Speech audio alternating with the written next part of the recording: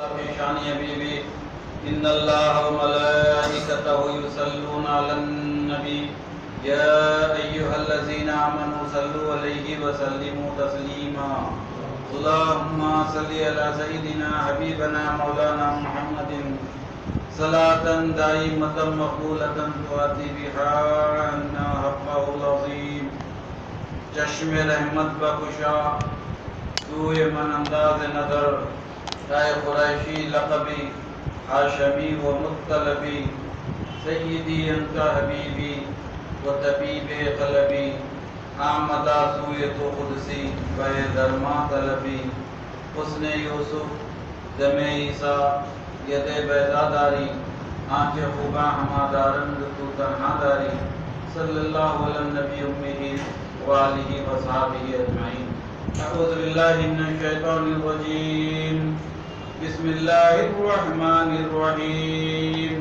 وما ارسلنا فی قریۃ من نبی الا اخذنا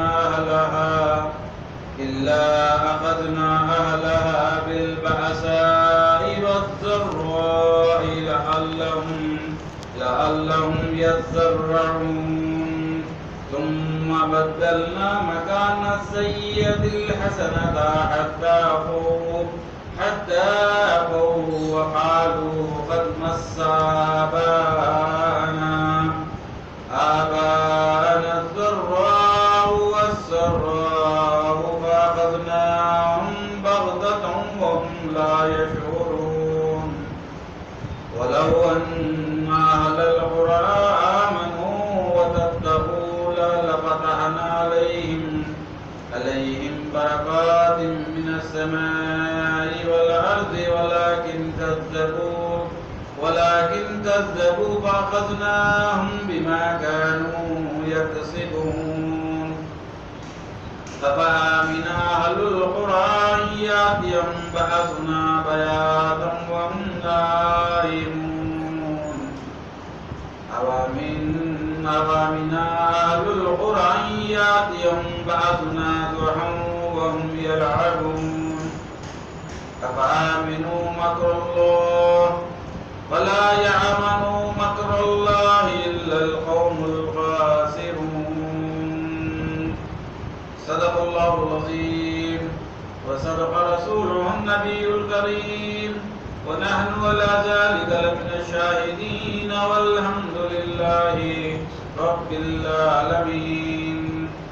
محترم بزرگ حضرات، عزیز ساتھیوں، نوجوان بچوں، بہت بڑا سماعت فرمانے والی ہماری محترم بہنوں، ابھی آپ کے سامنے نواں پارہ سورہ اعراف کی 94, 95, 96, 97, 99 آیتیں تبرکہ تلاوت کی گئی ہے. وقت میں سارنے پر انشاءاللہ تعالی اگلی آیات کی تفسیر بھی بیان کرنے کی سعادت حاصل کی جائے. گزشتہ باری میں آپ اور ہم نے 5 انبیاء علیہ السلام کے واقعات سنے، جن میں حضرت نوح علیہ السلام، حضرت ہود علیہ صالح اور لوط شعیب علیہ السلام کے واقعات اور ان کی قوموں کے بارے میں ہمیں معلومات وہاں پہنچائے تھے.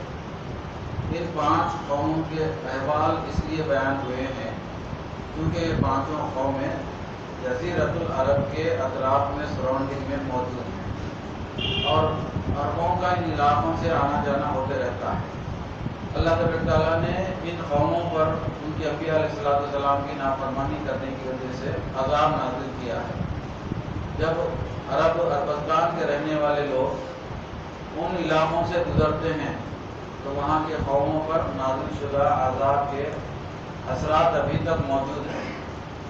اور گزشتہ قوموں کے واقعات بیان کرنے کا، جس کو قصص الانبیاء یا کہا جاتا ہے، اس کا مقصد یہ ہے کہ موجودہ زمانے کے لوگ گزشتہ قوموں کی بربادی سے سبق حاصل کریں، اپنے احوال کو، اپنے روزمرہ کی زندگی کے معاملات کو سدھار لیں، اللہ اور اس کے رسول کی اطاعت گزار ہو جائیں، شریعت کے پابند ہو جائیں. اگر ایسا نہیں کیا جائے گا تو پھر یہ بھی تنبیہ ہے قرآن مجید میں کہ سابقہ امتوں پر اللہ تعالیٰ نے جس طرح سے عذاب نازل کیا ہے، موجودہ امت پر اور آنے والے امتوں پر بھی اللہ تعالیٰ عذاب نازل کرنے پر قدرت رکھ سکتا ہے۔ یہ ان واقعات بیان کرنے کا مقصد ہے۔ اس کے بعد انشاءاللہ تعالیٰ حضرت موسیٰ علیہ السلام کے تفصیل سے واقعات بیان ہو رہے ہیں، اگر وقت میسر آیا تو۔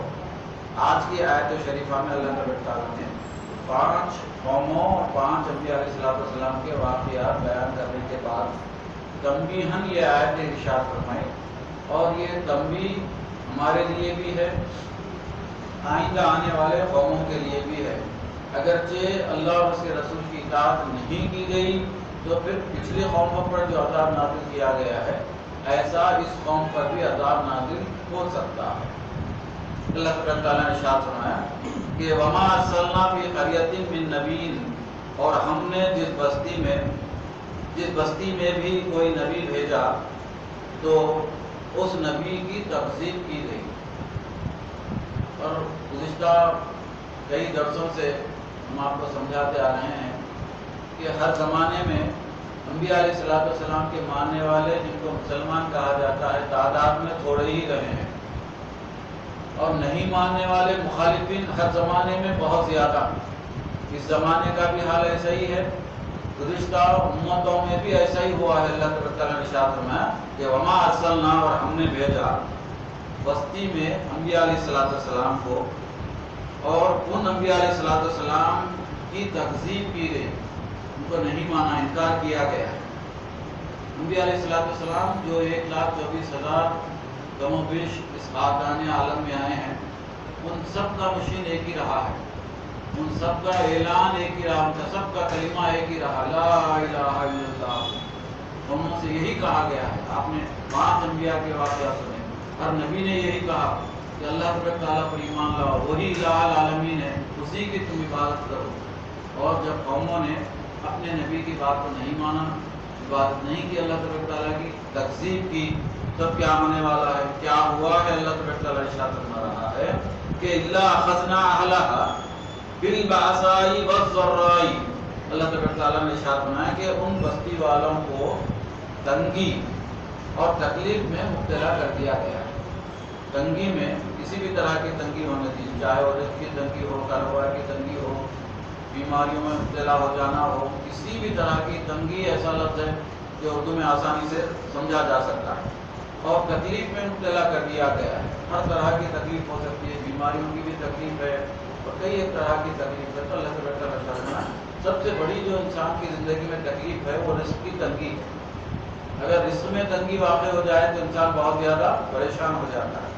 اور جہاں تک مصیبتوں کا تعلق ہے، سب سے بڑی زیادہ موجودہ زمانے میں خرچے والی مصیبت اگرچہ کوئی ہے تو بیماری ہے۔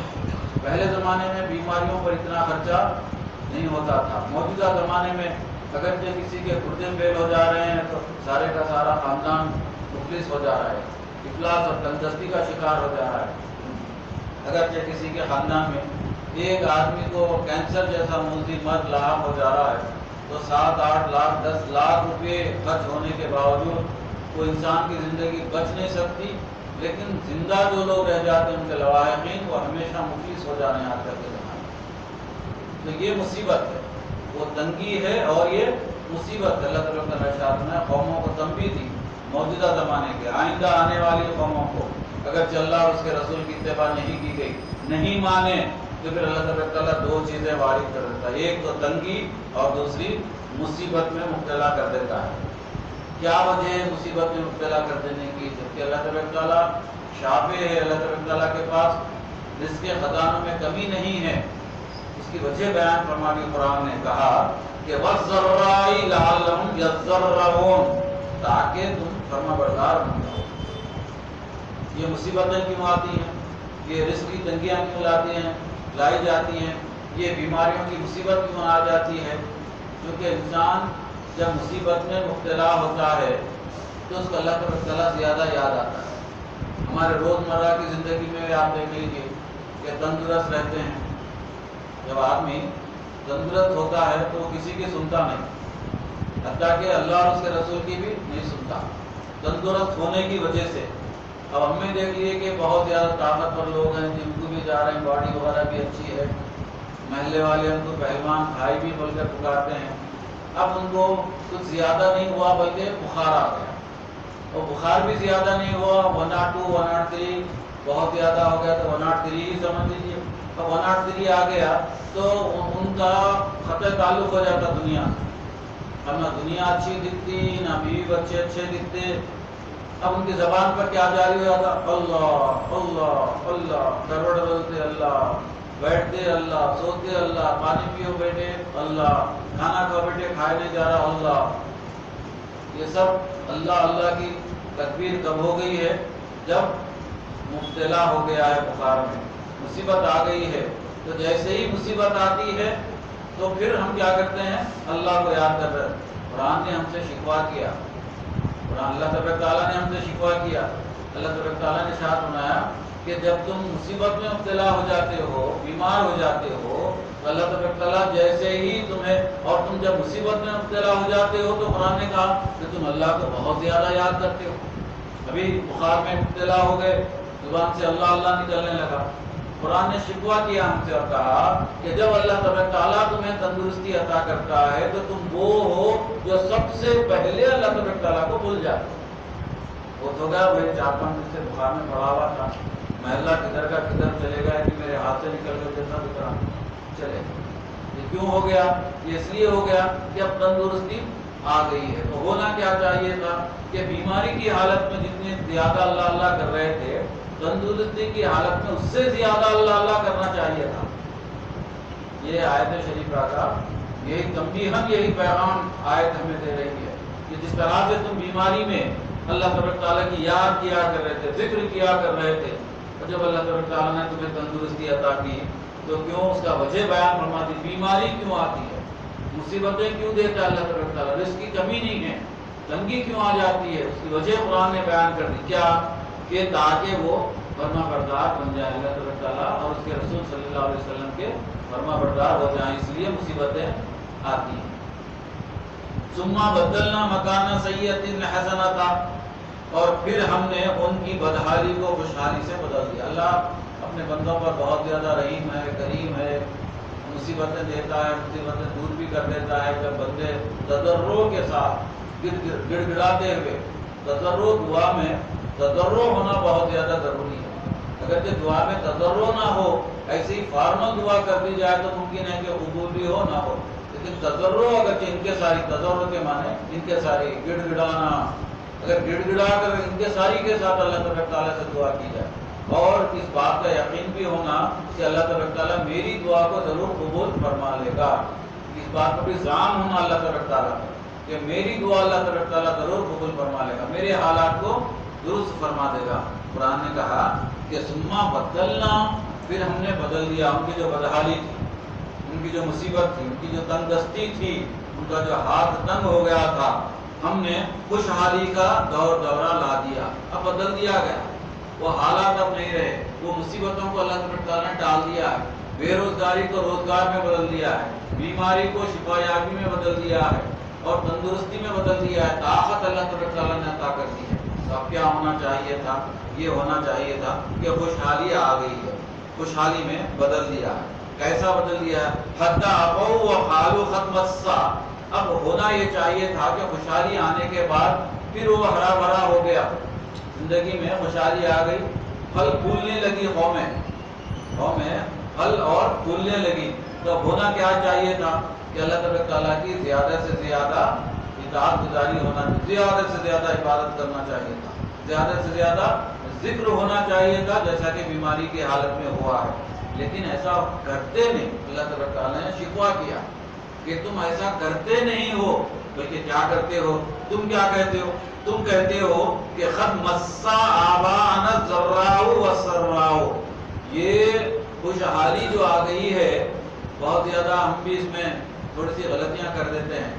جب ہم پر اللہ تبارک تعالیٰ خوشحالی کا دورہ لاتا ہے، اللہ کے فضل و کرم سے بچے باہر رہتے ہیں، خوشحالی آ جاتی ہے، گھر دار بھی اچھا ہو جاتا ہے، رہائش بھی اچھی ہو جاتی ہے، ہر کمرے میں ایک ایک اے سی ہو جاتا ہے، اب وہ بارکس کے پنکھے چلنے کا زمانہ باقی نہیں رہا، اب آرام کی زندگی ہو گئی ہے، خوشحالی کا دورہ آ گیا۔ اب اس کے بعد کیا ہو گیا؟ اللہ تبارک تعالیٰ نے ارشاد فرمایا کہ اب جتنی خوشحالی آ گئی ہے تو خوشحالی کی نسبت کس کی طرف کر دینی چاہیے تھی؟ اللہ طرف کر دینی۔ بدحالی کے بعد خوشحالی آ گئی تو خوشحالی کی نسبت کس کی طرف کرنا تھا؟ اللہ طرف۔ لیکن ہم کیا کرتے ہیں؟ اپنی طرف کرتے ہیں، یہ سب میری محنت کا نتیجہ ہے، یہ سب کیا ہے؟ یہ جو گھر دیکھ رہے ہیں نا آپ، یہ میری محنت کا نتیجہ ہے، یہ میری قابلیت کا نتیجہ ہے، میں محنت سے پڑھنے سے اتنا سب کچھ ہوا۔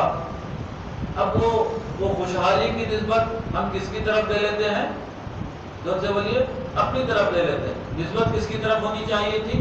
اللہ تعالیٰ کی طرف ہونی چاہیے۔ لیکن ایسا قرآن نے کہا کہ تم ایسا کرتے نہیں ہو، تم ایسا کرتے نہیں ہو، بلکہ کیا کہتی ہیں قومیں یہ کہتی ہیں کہ انہوں نے کہا کہ ہمارے باپ دادا پر بھی، پرانے زمانے میں ہم بھی دیکھتے آ رہے ہیں، وہ قوموں نے کہا کہ ہمارے باپ دادا پر بھی ایسی ہی تنگی آئی ہے، پھر اس کے بعد ایسی ہی فراخی آئی ہے۔ تو اس کا مطلب کیا ہے؟ یہ روٹین ہے، یہ کیا ہے؟ روٹین ہے، یہ تو زمانے میں ایسا ہوتے آ رہا ہے۔ اب اس میں کیا ہو گیا؟ یہ شکرانہ ہے نا، شکری ہے جی نا، مسئلہ سمجھ میں آ گیا۔ یہ کیا ہو گیا ہے؟ ناشکری ہو گئی ہے۔ فَأَخَذْنَاهُمْ بَغْتَةً وَهُمْ لَا يَشْعُرُونَ، سو ہم نے ان کو اچانک گرفت میں لے لیا۔ قرآن نے ایک جگہ کہا، تم اس بات پر غور کر کر دیکھو، اگرچہ ساری دنیا تمہاری مخالف ہو جائے، یا ساری دنیا تمہیں اپنے گرفت میں لے لے، اپنے پنجے میں لے لے، یا اپنے کلچ میں تمہیں جکڑ لے، تو تمہیں اللہ تعالیٰ چھڑا سکتا ہے۔ اللہ تعالیٰ چھڑا سکتا ہے۔ اور کر کر دیکھو، اگرچہ اللہ تعالیٰ تمہیں گرفت میں لے لے تو پھر اللہ کے علاوہ تمہیں کون چھڑا؟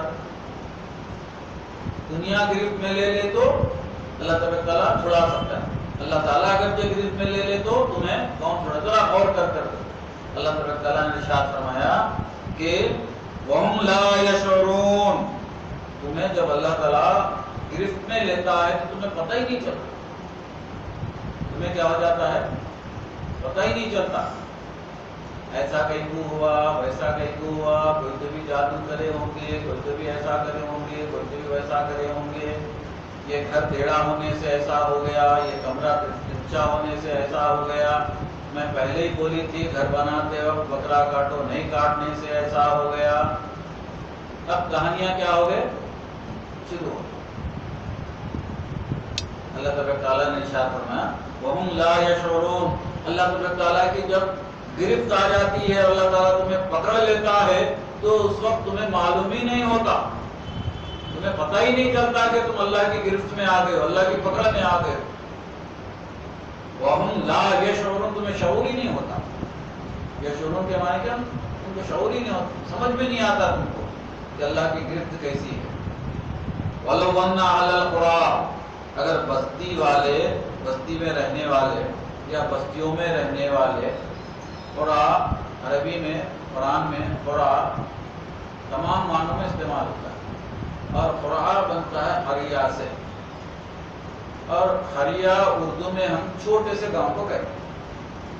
ہمارے پاس جو درجہ بندی ہے وہ علیحدہ سے، ایک چھوٹا سا گاؤں، پھر اس کے بعد منڈل، پھر اس کے بعد ڈسٹرکٹ، پھر اس کے بعد سے اسٹیٹ، پھر اس کے بعد سے ملک، ایسے ہم پر درجہ بندیاں ہیں۔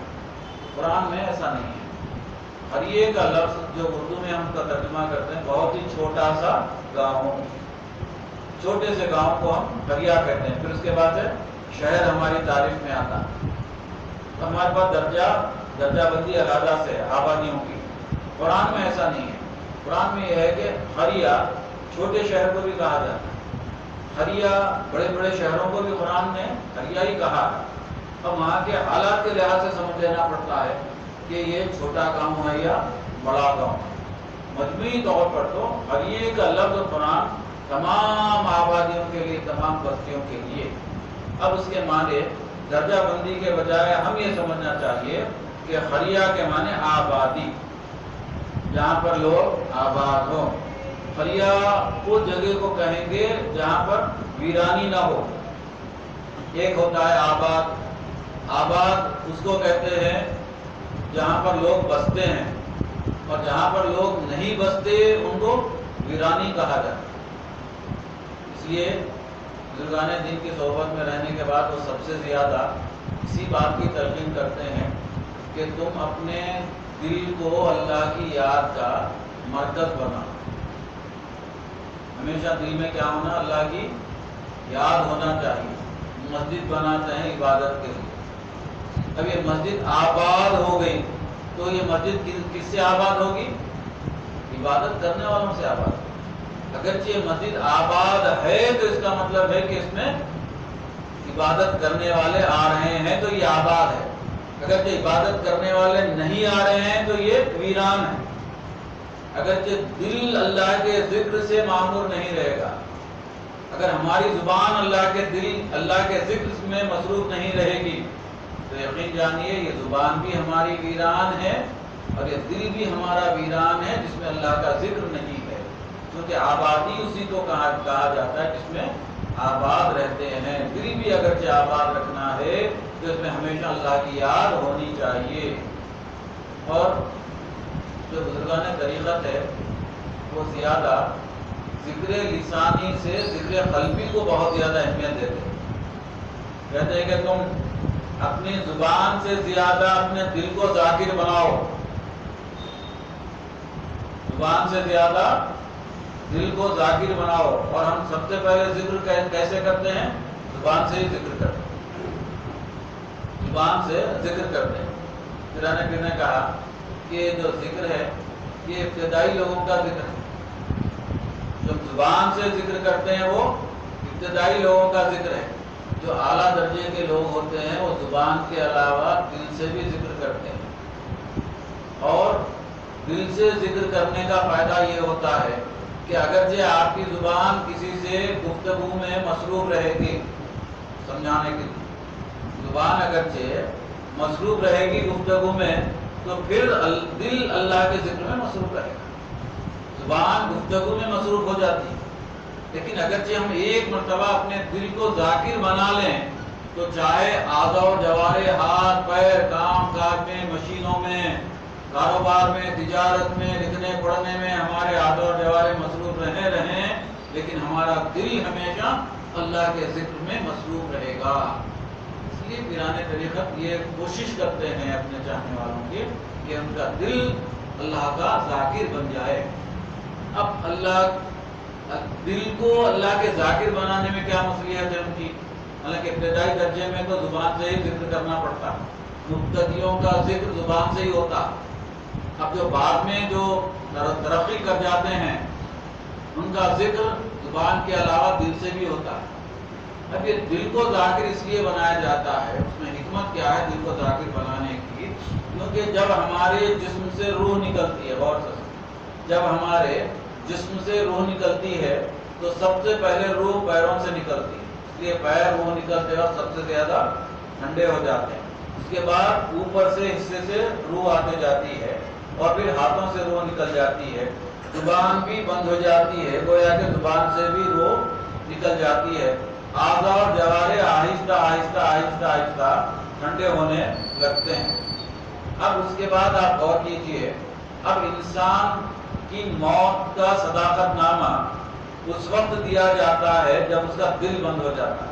پیر بند ہو گئے، ابھی توقع ہے، ڈاکٹرز کہتے ہیں کہ یہ کیا ہے؟ یہ زندہ۔ ہاتھ شل ہو گئے ہیں، ڈاکٹر کہتے ہیں کہ یہ زندہ۔ زبان بھی گم ہو گئی، اب ذکر نہیں کر رہی، زبان بھی ذکر نہیں کر رہی ہے، لیکن اگرچہ دل ذاکر رہا تو ہمارے جسم سے روح سب سے آخر میں دل سے نکلتی، سب سے آخر میں کیسے نکلتی؟ دل سے نکلتی ہے۔ اور جب آخری درجے میں دل سے روح نکلے گی اس وقت اگرچہ دل ذاکر رہا تو دل کہے گا لا الہ الا اللہ محمد رسول اللہ۔ حضور پاک صلی اللہ علیہ وسلم نے ارشاد فرمایا جس کا آخری کلمہ لا الہ الا اللہ محمد رسول اللہ ہو، اللہ تعالیٰ اس کو جنت میں داخل فرمائے۔ اس بات کی اہمیت ہے کہ، اور دوسری بات یہ ہے کہ اگرچہ ہم دل کو اللہ کے ذکر میں مصروف رکھیں تو پھر ہمارا دماغ آلتو فالتو جگہوں پر جانے سے محفوظ رہتا ہے۔ ہم کو بھٹکا کے لے جانے والا دماغ ہی رہتا ہے۔ آپ کبھی بھی دیکھیے غصے میں آئے اگرچہ آپ کسی کو، میری یہ بات پر آپ تھوڑا سا غور فرمائیے، میں بھی ایک طالب علم ہوں، آپ میری بات پر غور فرمائیے، اگرچہ آپ کو غصہ آ گیا تو آپ کیا بولتے ہیں؟ ذرا دماغ خراب ہو گیا، غصے میں بولتے نہیں، کیا بولتے ہیں؟ تیرا دماغ خراب ہو گیا۔ کبھی آپ سنے ہوں گے تیرا دل خراب ہو گیا، امی ابا دادا دادی دوست ہے کوئی بھی بولے آپ کو آج تک نہیں تیرا دل خراب ہو گیا، نہیں بولے، کیونکہ جو فتنہ انگیزیاں ہوتی ہیں، شر پسندیاں ہوتی ہیں، وہ کہاں ہوتی ہیں؟ وہ دماغ میں ہوتی ہیں۔ پھر دل کی حفاظت کی جائے تو پھر دماغ کی بھی حفاظت خود بخود ہو جاتی ہے۔ اللہ تعالیٰ نے فرمایا وَهُمْ لَا يَشْعُرُونَ، تمہیں شعور ہی نہیں ہے، کسی چیز کا شعور نہیں ہے۔ یہ ایک بات بہت ہی اہمیت کے حامل، وہ بات اہمیت کے حامل یہ ہے کہ اللہ تعالیٰ نے انسان کو اشرف المخلوقات بنایا۔ کیا بنایا؟ اشرف المخلوقات بنایا، اور اللہ تعالیٰ کی تمام خلقت ہے، اس میں جانور بھی ہیں۔ اب جانوروں میں انسانوں میں جو سب سے بڑا لینڈ مارک ہے، جو سب سے بڑا فرق ہے، وہ ہے شعور۔ وہ کیا ہے؟ شعور ہے، جو دوسری خلقت میں نہیں ہو سکتا۔ جانوروں میں حیات ہوتی ہے، جانوروں میں حیات ہوتی ہے، جانوروں میں علم بھی ہوتا ہے، لیکن شعور نہیں ہوتا۔ ان کو کیا ہوتا ہے؟ شعور نہیں ہوتا۔ شعور کو اردو میں کہتے ہیں تمیز، تمیز نہیں ہوتی۔ علم ہوتا ہے جانوروں میں، وہ جو علم ہوتا ہے جانوروں میں اللہ تعالیٰ کی جانب سے ہدایت ہوتی ہے، اس کو ہدایت فطری کہا جاتا ہے۔ ہدایت فطری اللہ کی جانب سے جانوروں میں بھی ہوتی ہے، لیکن جانور میں شعور نہیں ہوتا۔ اس لیے یہاں پر انسانوں کا تذکرہ قرآن کر رہا ہے، اس لیے انسانوں کے لیے قرآن نے شعور کا لفظ استعمال کیا اور ارشاد فرمایا کہ وَهُمْ لَا يَشْعُرُونَ، تمہیں شعور ہی نہیں ہے۔ اس کے دوسرے معنی کیا ہو گئے؟ تم میں اور فرق۔ وَلَوْ أَنَّ أَهْلَ الْقُرَىٰ، بستی کے رہنے والے، قرآ حریہ سے بنا ہے اور اس کے معنی ہے چھوٹا سا گاؤں، بڑا سا گاؤں، شہر، بڑی آبادی، ملک وغیرہ، سب کے لیے عربی میں قریہ کا لفظ استعمال کیا جاتا ہے۔ اردو میں قریہ کے معنی بہت ہی چھوٹا گاؤں۔ عربی میں حد بندی نہیں ہے، مصر، شہر وغیرہ سب اصطلاحات ہیں، لیکن قرآن نے جہاں پر بھی قریہ کا لفظ استعمال کیا، شہر کو مصر بھی کہتے ہیں، شہر بھی کہتے ہیں، لیکن عربی میں، لیکن جو وہ اصطلاحات ہے، اصطلاحی معنی ہیں، اور عربی میں قریہ جہاں پر بھی قرآن نے استعمال کیا ہے اس سے مراد آبادی ہے۔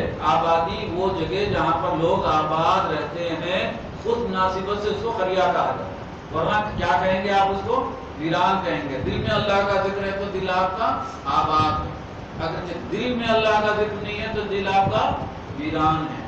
اللہ تعالیٰ نے کہا اہل القریٰ ولو ان اہل القریٰ، اگر بستی والے ایمان لے آتے، بستیوں والے ایمان لے آتے، آمنو، اگر ایمان لے آتے، واتقوا، اور اللہ سے ڈرنے والے ہو جاتے، تقوی والے ہو جاتے، متقی ہو جاتے۔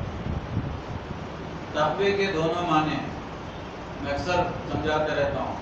تقوی کے معنی اردو میں پرہیزگاری کے ہیں، اور تقوی کے دو معنی ہیں، اللہ تعالیٰ سے ڈرنا،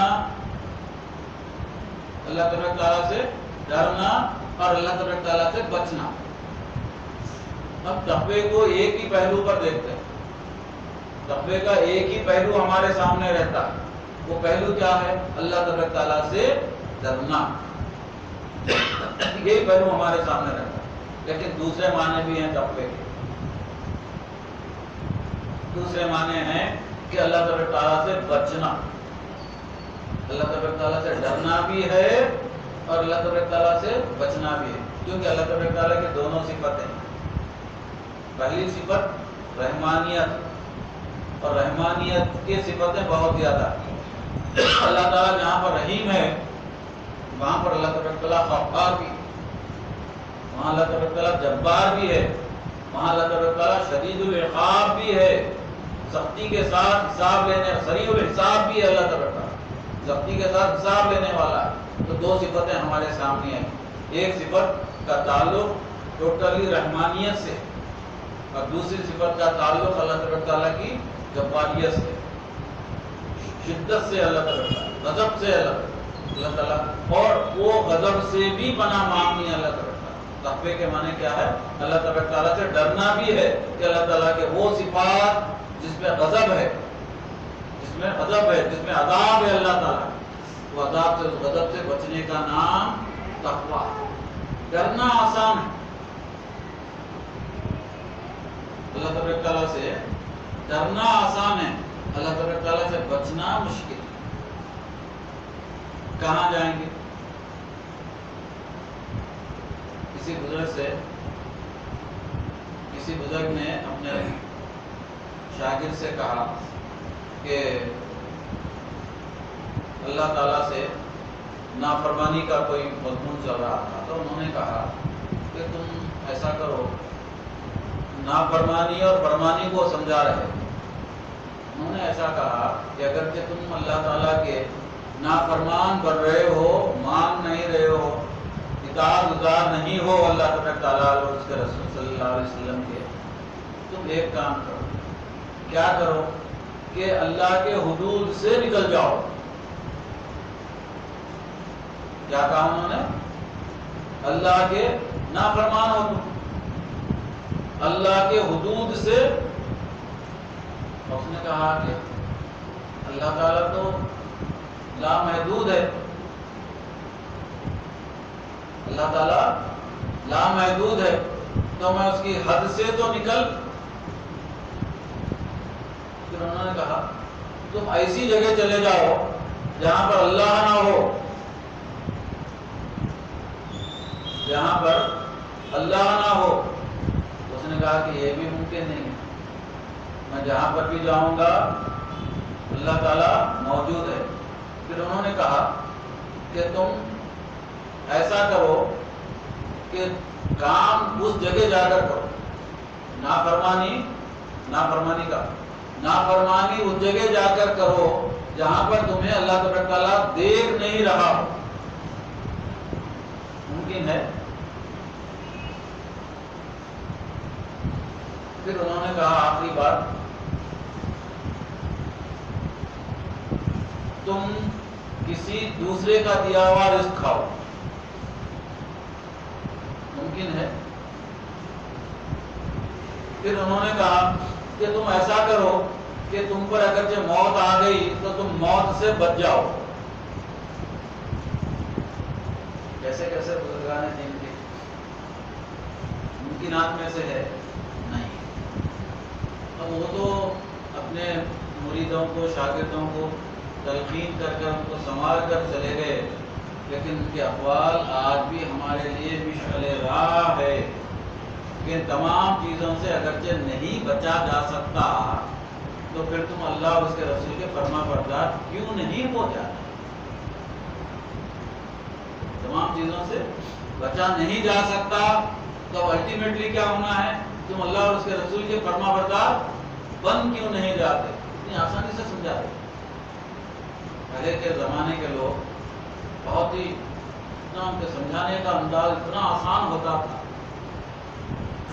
کہ مجھے ایک واقعہ یاد آ گیا کہ ہمارے پہاڑی شریف ہے یہاں پر حیدرآباد میں، کیا نام ہے بزرگ کا؟ جی نام یاد ہے، شرف الدین بابا رحمۃ اللہ تعالی علیہ کا نام ہے۔ حیدرآباد دفتر میں آنے والے پہلے بزرگوں میں وہ شمار کیے جاتے ہیں۔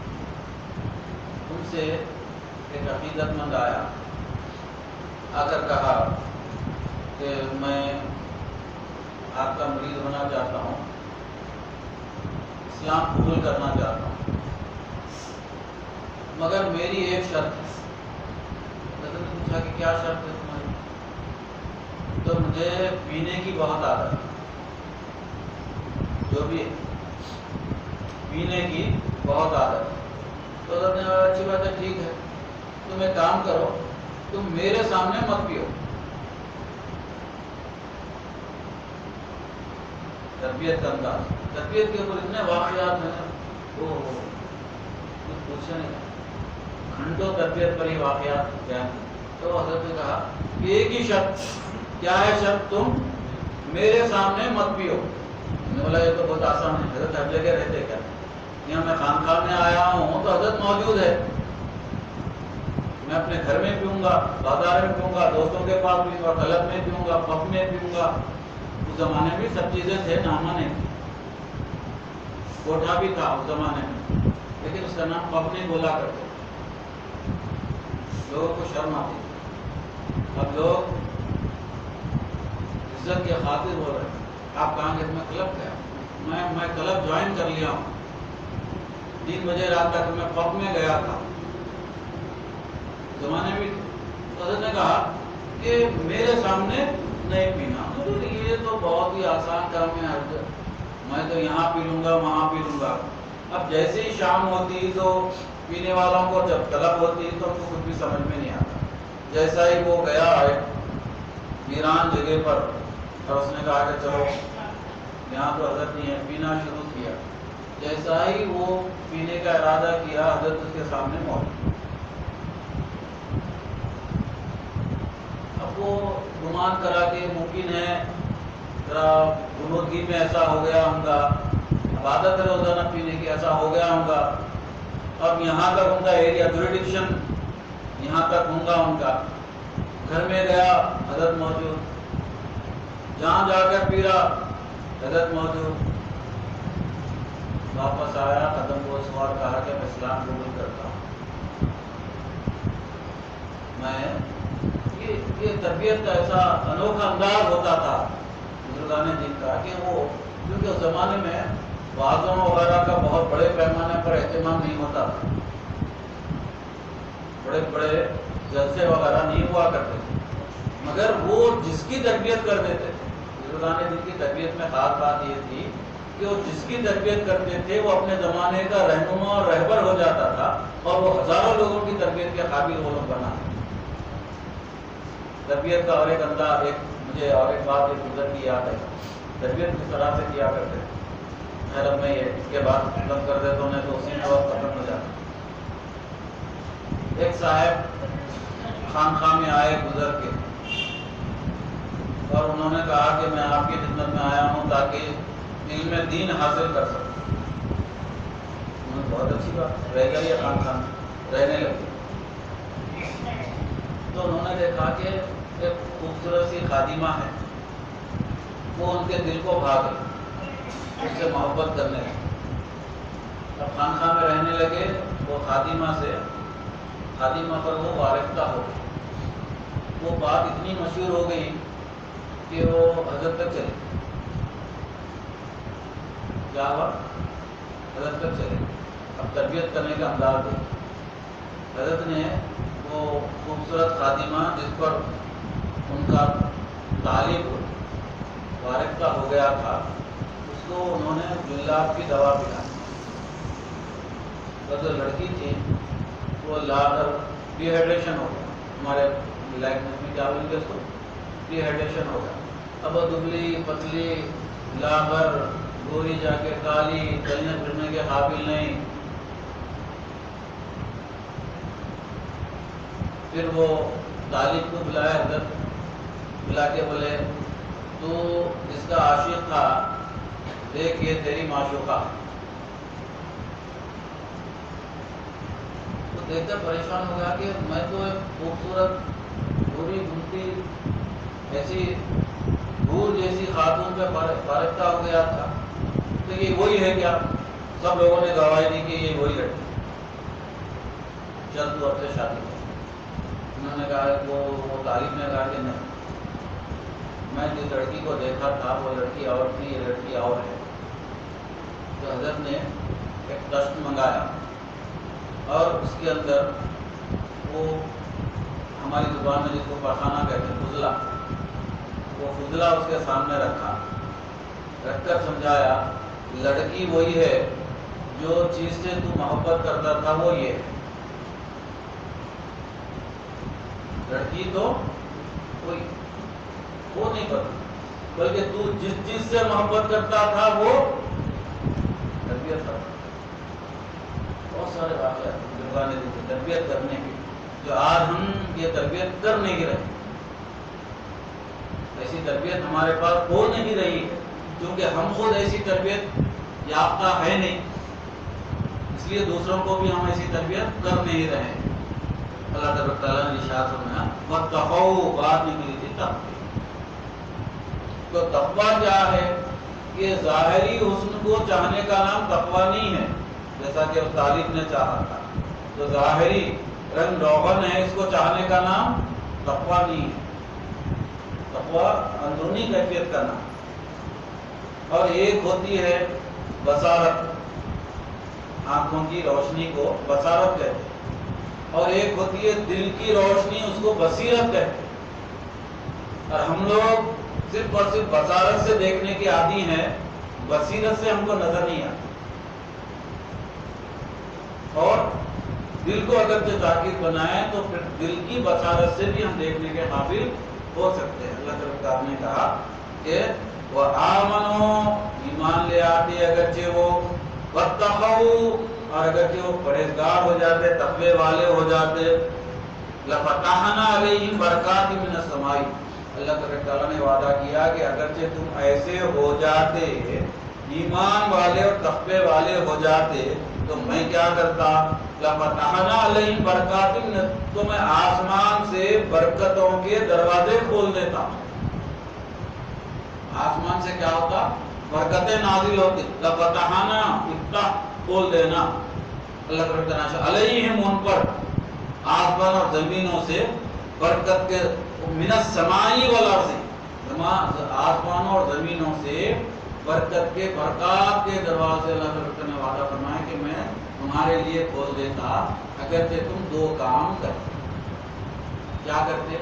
ایک آمنو اور دوسرا واتقوا، اگر ایمان لاتے، اور اب آپ بولیں گے ہم ایمان والے بھی ہیں، تقویٰ پرہیزگار بھی ہیں، ایمان والے ہیں، تقویٰ پرہیزگار والے ہیں، لیکن نہ ہم وہ ایمان کی کسوٹی پر برابر اترتے ہیں، نہ تقوی کی کسوٹی پر برابر اترتے ہیں، نہ ادھر برابر ہے نہ ادھر برابر ہے، صرف ہم کیا ہیں؟ دعوے دار، صرف ہم دعوے دار ہیں۔ اللہ تعالیٰ نے ارشاد فرمایا وَلَكِنْ كَذَّبُوا، انہوں نے رسولوں کو جھٹلایا، رسولوں کو جھٹلانا، اللہ تعالیٰ کو جھٹلانا، فَأَخَذْنَاهُمْ بِمَا كَانُوا يَكْسِبُونَ، تو ہم نے ان کے کرتوتوں کی وجہ سے ان کو پکڑ لیا ہے۔ ابھی جو اوپر کہا اللہ تعالیٰ نے کہ ہم نے ان کو پکڑ لیا، تو کیوں پکڑ لیا اللہ تعالیٰ نے؟ ان کے کرتوتوں کی وجہ، ان کے بدعمالیوں کی وجہ سے پکڑ لیا۔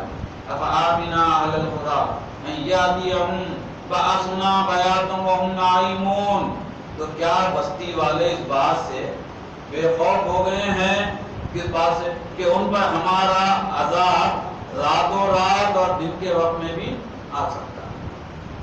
اب آمنا علی القریٰ ان یاتیہم، اور کیا بستی والے اس بات سے بھی بے خوف ہو گئے ہیں کہ ہمارا باسنا ضحیٰ، صبح کے وقت، چاس کے وقت بھی ہمارا عذاب ان پر آ سکتا ہے، رات کی تاریکیوں میں بھی عذاب آ سکتا ہے۔ وَهُمْ يَلْعَبُونَ، اور جب وہ کھیل کود میں مصروف ہوتے ہیں، یلعبون لعاب سے، دنیا کے جو لہو العاب جس کو کہا جاتا ہے، لہو العاب میں جب وہ مصروف ہوں تو اس وقت بھی اللہ کا عذاب ان پر آ سکتا ہے۔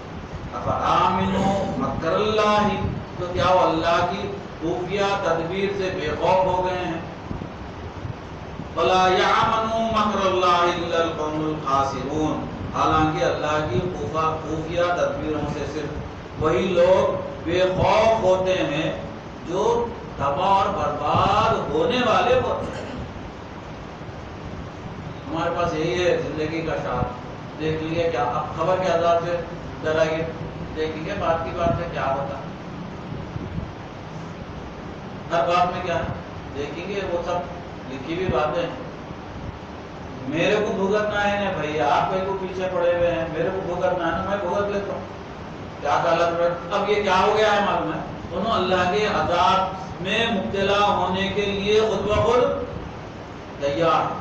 قرآن نے یہی کہا مکر اللہ الا القوم الخاسرون، کہ نقصان اٹھانے کے لیے، خسران کے لیے خود بخود اپنے آپ کو تیار کر لیے ہیں. اب اس میں ہمارے لیے کیا تنبیہ ہے؟ ہمارے لیے یہ تنبیہ ہے کہ اس میں تمام قوموں کو سرشت کی جا رہی ہے. اللہ تعالیٰ کہ تنگی اور بیماری قحط کی آفتوں میں مبتلا کرتا ہے، پھر ان کو فراخی اور صحت عطا فرماتا ہے، خشک سالی کو دور کر دیتا ہے، بارشیں برساتا ہے. اگرچہ بندہ اللہ کی ان نعمتوں پر شکر بجا لاتا تو اللہ تعالیٰ اپنی نعمتوں میں اور اضافہ کر دیتے ہیں. اور اگرچہ ان نعمتوں سے فائدہ اٹھانے کے باوجود اللہ تبارک تعالیٰ کا شکر گزار نہیں ہوتا بندہ، تو پھر اللہ تبارک تعالیٰ اپنی نعمتوں کو اس بندے سے چھین لیتے ہیں، اس کو مصیبتوں میں مبتلا کر دیتے ہیں. اب اگرچہ بندہ اللہ کی نازل شدہ مصیبتوں پر صبر کرتا ہے تو پھر اللہ تبارک تعالیٰ خوشحالی کا دور دورہ لاتے ہیں. تو دو عنوانات مومن کی زندگی میں، ان آیات کا خلاصہ یہ ہے کہ مومن کی زندگی میں دو عنوانات بہرحال کئی مرتبہ آنے والے ہیں. ایک ہے شکرانے والی زندگی اور دوسری ہے صبر والی زندگی. ایک شکر والی زندگی اور ایک صبر والی زندگی. شکر والی زندگی تو بہت آسان ہو جاتی ہے، لیکن صبر کرنا بندے کے لیے بہت زیادہ مشکل ہو جاتا ہے. ابھی سورہ انعام میں ہم نے 18 انبیاء علیہ السلام کے واقعہ سنے، اور اب 5 انبیاء علیہ السلام کے آپ نے واقعہ سنے ہیں سورہ اعراف میں. اس میں سے ایک واقعے میں ایوب علیہ السلام بیمار ہو گئے، ایسی بیماری میں مبتلا ہو گئے کہ اس زمانے میں اس بیماری کا علاج نہیں تھا، جسم میں کیڑے وغیرہ پڑ گئے.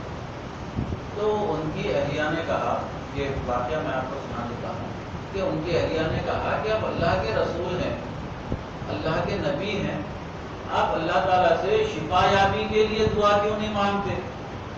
اور اللہ تعالیٰ انبیاء کی دعا کو رد نہیں کرتا. سلیمہ نے، کیونکہ حضرت کی جتنی بیویاں تھے سب بیمار پڑنے کے بعد سب کے سب تھے. دو چیزوں سے ہوشیار رہنا، ایک تو دوستوں سے، دوسرا بیویوں سے. جب تک آپ خوشحال ہے بیوی بھی آپ سے، زور سے بولیے نا، ہو رہا نہیں ہو رہا زمانے میں، جب تک آپ خوشحال ہے بیوی آپ کی خوشحال ہے. جب تک آپ کے جیب میں نوٹ ہے اطراف میں دوست احباب، نوٹ ختم ہو گئے دوست احباب پلٹ کے دیکھتے اپنے کو. خوشحالی کا دور دورہ ختم ہو گیا، تب وہ خوشحالی کی زندگی کو بھول کر اب بیوی کوسنا شروع کر دیتے. کون سی منحوس گھڑی تھی کہ تمہارے سے شادی ہوئی، کوسنا شروع. وہ کتنے سالوں کے بعد ہو رہا ہو جی؟ 30 سال 35 سال کے بعد اب سعودی کے دروازے بند ہونا شروع ہو گئے، بچے واپس آ جا رہے ہیں. وہ خوشحالی کا دور دورہ کیا ہو گیا؟ بھول گئے، پوسن پارٹی شروع ہو گئی. یہ ناشکری. یہ آیتوں کا خلاصہ یہی ہے کہ جو مومن کی شان ہے، مومن کی شان کیا ہے؟ مومن کی شان یہ ہے کہ جب اس کو اللہ کی نعمتیں ملتی ہیں تو شکر ادا کرتا ہے، کفر نہیں کرتا. غفران نعمت مومن کی شان نہیں، شکران نعمت مومن کی شان. اب آپ پوچھئے میرے سے کہ شکران نعمت تو سمجھ میں آتا ہے، غفران نعمت کیا ہے؟ غفران نعمت یہ ہے کہ اللہ تعالیٰ کی دی ہوئی نعمت کے غلط استعمال کو غفران نعمت کہا جاتا ہے. یہ ڈیفینیشن اچھی طرح سے یاد ہے. شکران نعمت تو اب آپ پوچھئے میرے سے شکران نعمت کیا ہے، ذرا اس کی بھی تعریف بیان کر دیجیے، کیونکہ ہم لوگ سنتے رہتے بھول جاتے ہیں. شکران نعمت یہ ہے کہ موجودہ زمانے کے حالات میں لاکھوں روپے خرچ کر کے دعوت کا اہتمام کرنا، لاکھوں. نیند حرام. پہلے اچھا تھا، ذرا پولیس کی سختی تھی، باجا بجا کا باجا وہ رکنے کا نام ہی نہیں. نیند حرام. اب بولے بھائی یہ ایسا اللہ تعالیٰ نعمت دیا ہے، یہ کیوں کر رہی؟ اب دیا بول کے کر رہے ہیں. اس کا جواب کیا تھا؟ دیا بول کے کر رہے ہیں، نہیں دیا تو کرتے تھے. کفران نعمت کیا ہے معلوم ہے؟ اللہ تعالیٰ کی دی ہوئی نعمت کے غلط استعمال کو کیا کہا گیا ہے؟ وہ کفران نعمت. شکرانہ نعمت کیا ہے؟ کہ اللہ تعالیٰ کی دی ہوئی نعمت کا صحیح استعمال کرنا. اللہ تعالیٰ کی دی ہوئی نعمت کا صحیح استعمال کرنا. اب پوچھ لیجیے حضرت صحیح استعمال کیا ہے؟ صحیح استعمال یہ ہے سب سے پہلے اپنے اوپر خرچ کرنا، اس کے بعد ماں باپ پہ خرچ کرنا، بیوی بچوں پہ خرچ کرنا، اس کے بعد قریبی رشتہ داروں پر خرچ کرنا، غربا مساکین پر خرچ کرنا، اور بیواؤں پر خرچ کرنا، اور جو مفلس ہیں ان پر خرچ کرنا، بیماروں پر خرچ کرنا. یہ اللہ تعالیٰ کی دی ہوئی نعمت. اب موجودہ زمانے میں، پہلے زمانے میں بہت ساری نعمتیں ہوتی تھیں. اب موجودہ زمانے میں وہ پوری نعمتیں پوری کی پوری نعمتوں کو ہم نے جمع کر کر ایک لفظ استعمال کر رہے ہیں، وہ ہے دولت. پوری کئی نعمت ایک نہیں ہے. اللہ تعالیٰ کی کئی نعمتیں، آنکھیں اللہ تعالیٰ کی نعمت ہے، ناک بھی اللہ تعالیٰ کی نعمت. سائنس ہو گیا تو معلوم ہوتا، آنکھوں کی روشنی چلے گئی تو نعمت کی قدردانی ہوتی نہیں. حلق میں کچھ گڑبڑ ہو گئی تو حلق کی قدردانی معلوم ہو. کیسا درد دیتے پتا چلتا. یہ نعمتیں اللہ تعالیٰ. تو اب وہ تمام جو ہزاروں نعمتیں ہیں ان کو سمٹ کر ہم نے اس کا ایک ہی عنوان دے دیا ہے. وہ عنوان کیا ہے؟ دولت. تو ہم موجودہ زمانے میں دولت کو ہی نعمت، حالانکہ کئی نعمتیں. کلکم راعین و کلکم مسئول عن رعیتہ. مسلم شریف کی حدیث میں حضور پاک صلی اللہ علیہ وسلم نے ارشاد کہ تم راعی ہو، اللہ تعالیٰ تمہاری ایک ایک رعیت کے بارے میں قیامت کے دن سوال کرنے والا ہے کہ آنکھیں دی تھی کیسے استعمال، جوانی دی تھی، دولت دی تھی. یہ سب اللہ تعالیٰ کی نعمت. ہمارے شاعر اللہ کی نعمت کو اپنے درس میں ہمیں اس طرح سے سمجھاتے تھے. کوئی 35 سال پرانی بات ہے، مجھے آج بھی یاد ہے. درس فرماتے تھے کہ ہمارے جسم میں اللہ تعالیٰ کی لاتعداد نعمتیں ہیں. کیونکہ قرآن نے کہا کہ اللہ تعالیٰ کی لاتعداد نعمتیں ہیں، اتنی زیادہ نعمتیں ہیں کہ تم شمار بھی نہیں کر سکتے. ہمارے شیخ نے کہا کہ ایک ہمارے جسم میں جو سب سے بڑی نعمت ہے وہ ہے آنکھ کے اوپر جو پلک بنائی ہے. اللہ آنکھ کے اوپر جو پلک بنائی ہے، اگرچہ یہ پلک نہیں بنائی جاتی تو ہزاروں روپے دے کر اگرچہ کسی خادم کو رکھتے اور خادم 24 گھنٹے آنکھ کے اوپر پنکھا جھپکتے رہتا، پھر بھی ہماری آنکھ انفیکشن سے محفوظ نہیں رہ سکتی، گرد و غبار سے محفوظ نہیں رہ سکتی. تو ایک پلک جو اللہ تعالیٰ نے آنکھ کے اوپر بنائی ہے اس کا ہم شکرانہ صحیح معنوں میں ادا نہیں کر سکتے، تو سرتاپا شکرانہ کیسے کب ادا کریں؟ یہ نعمتیں اللہ کو. اس کے بعد فرمایا گیا کہ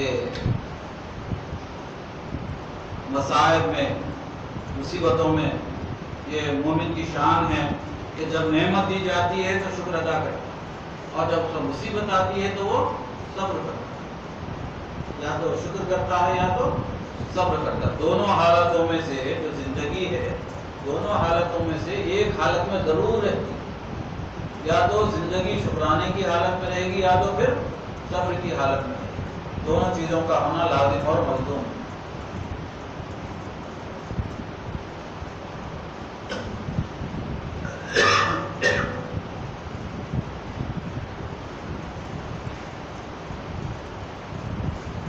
اس میں ہمیں اللہ تعالیٰ نے یہ بھی سمجھایا. میں چند حدیثیں آپ کو سمجھا دیتا ہوں کہ مومنوں کی صفات کیا ہیں. حضرت صہیب رضی اللہ تعالیٰ عنہ بیان کرتے ہیں کہ رسول اللہ صلی اللہ علیہ وسلم نے فرمایا مومن کے حال پر تعجب ہوتا ہے. بہت سے مومن کے حال پر تعجب ہوتا ہے کہ اس کے ہر حال میں خیر. کیا پیاری باتیں ہیں.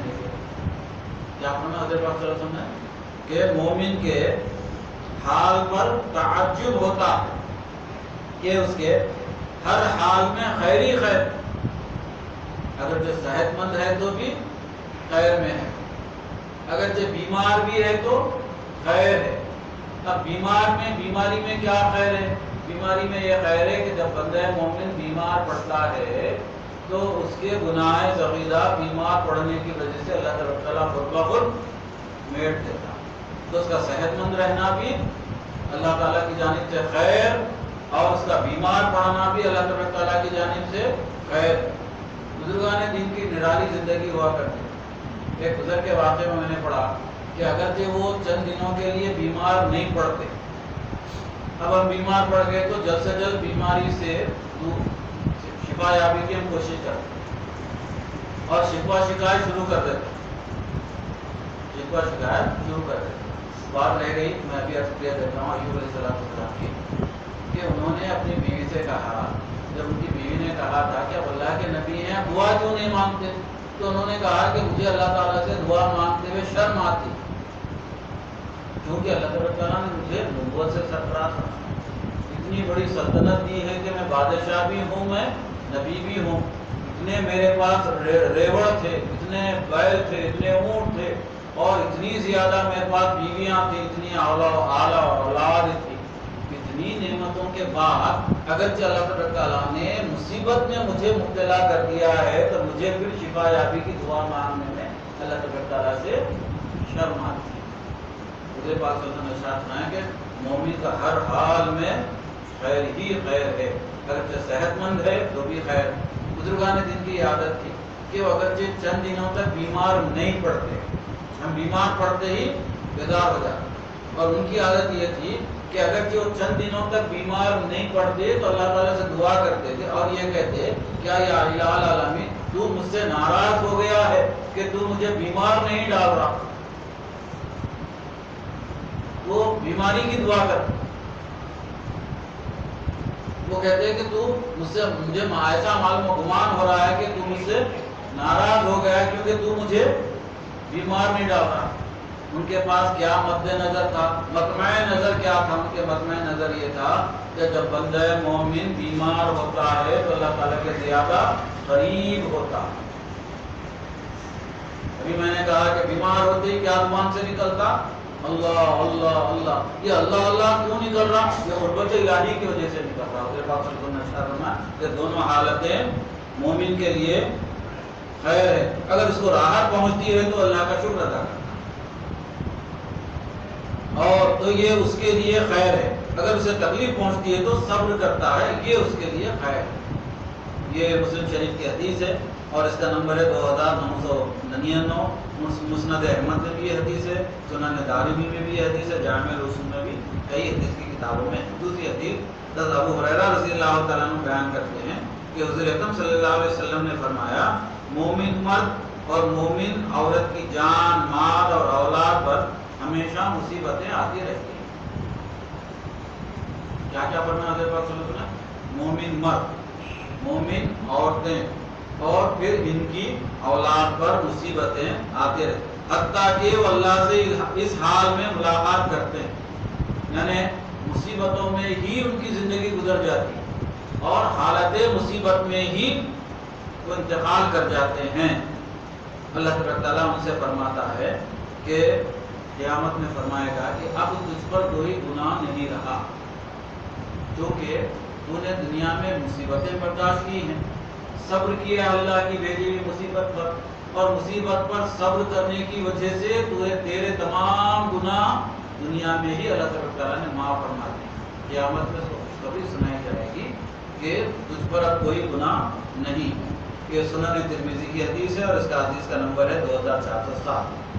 تیسری حدیث یہ ہے کہ حضرت انس بن مالک رضی اللہ عنہ بیان کرتے ہیں کہ حضور اکرم صلی اللہ علیہ وسلم نے ارشاد میں کہ جب اللہ تعالیٰ فرماتا ہے کہ جب میں اپنے بندے کی دنیا میں 2 آنکھیں دے لیتا ہوں تو وہ میرے نزدیک اس کے جنت کے سوا کوئی جزا نہیں ہوتی۔ اگر جو کسی کو اندھا بنا دیا جاتا ہے تو اللہ تعالیٰ کہ میں اب اس کی آنکھیں دے دیا ہوں، جنت کی تمام رعنائیوں سے محروم ہو گیا، اب دنیا میں کوئی چیز وہ دیکھ نہیں سکتا، اب دنیا کی جو رونقیں ہیں اس سے استفادہ نہیں کر سکتا۔ تو اللہ تعالیٰ نے ارشاد فرمایا کہ اس کے اندھے پن کی جزا صرف اور صرف جنت دینے والا ہوں۔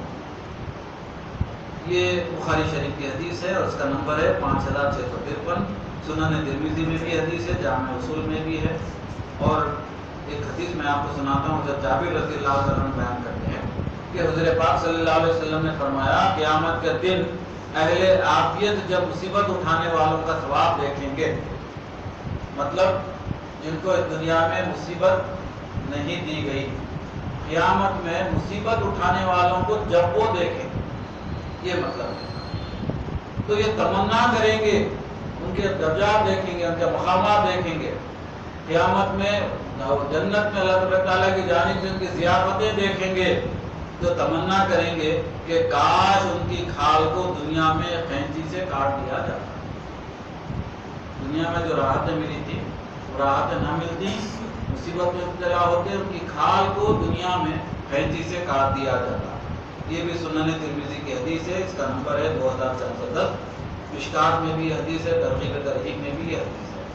ان تمام احادیث سے، قرآن مجید کے ان آیات سے ہمیں یہ معلوم ہوا کہ مومنین کی شان یہ ہے کہ جب ان پر مصیبت آتی ہے تو وہ صبر کرتے ہیں، اور جب اللہ تعالیٰ ان کو نعمتوں سے سرفراز کرتا ہے تو وہ نعمتوں کا شکرانہ ادا کرتے ہیں۔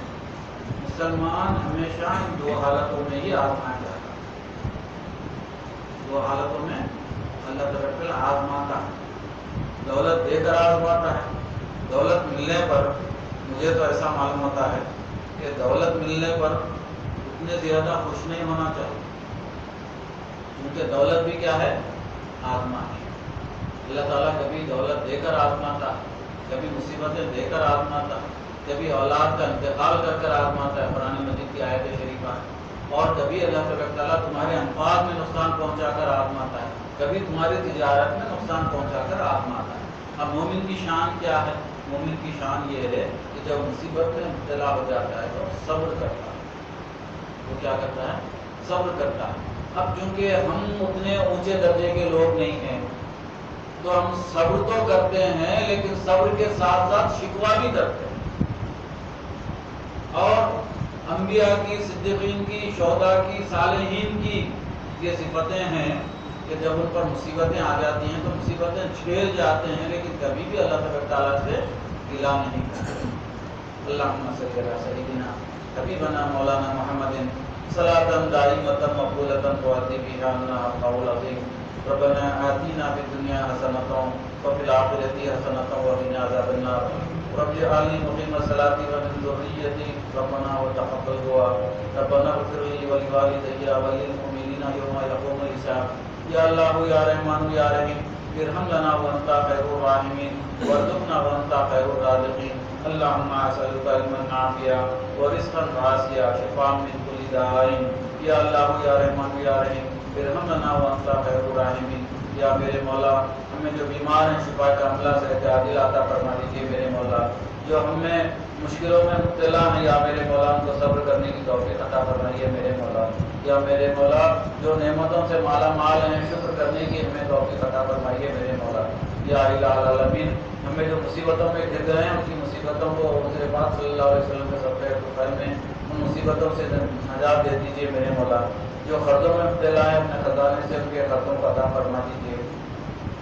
جو ہم میں نوجوان بے روزگار ہیں ان کو روزگار عطا فرما دیجیے میرے مولا۔ ہمیں جو لڑکیاں ناکہ خدا بیٹھی ہوئی ہیں ان کی خدائی کا انتظام فرما دیجیے۔ ہم والدین کو اپنے بچے اور بچیوں کی صحیح معنوں میں تربیت کرنے کی توفیق عطا فرمائیے، علم دین سے آراستہ کرنے کی توفیق عطا فرمائیے میرے مولا۔ ہمارے بیٹے اور بیٹیوں کی نگرانی کرنے کی، نگہبانی کرنے کی توفیق عطا فرمائیے میرے مولا۔ یا میرے مولا جوڑے گھوڑے کی لعنت سے مسلم معاشرے کو محفوظ و مامون فرما دیجیے، بغیر گھوڑے جوڑے کے لعنت کی شادیاں کرنے کی توفیق عطا فرمائیے میرے مولا۔ لڑکی والوں کو بھی توفیق عطا فرمائیے، لڑکے والوں کو بھی توفیق عطا فرمائیے میرے مولا۔ ربنا افرغ علینا صبرا وثبت اقدامنا وانصرنا علی القوم الکافرین۔ ان اللہ وملائکتہ یصلون علی النبی یا ایھا الذین آمنوا صلوا علیہ وسلموا تسلیما۔ اللہم صلی علی سیدنا حبیبنا مولانا محمد کما صلیت کما بارکت علی ابراہیم وعلی آل ابراہیم انک حمید مجید۔ سبحان ربک رب العزۃ عما یصفون وسلام علی المرسلین والحمد للہ رب العالمین.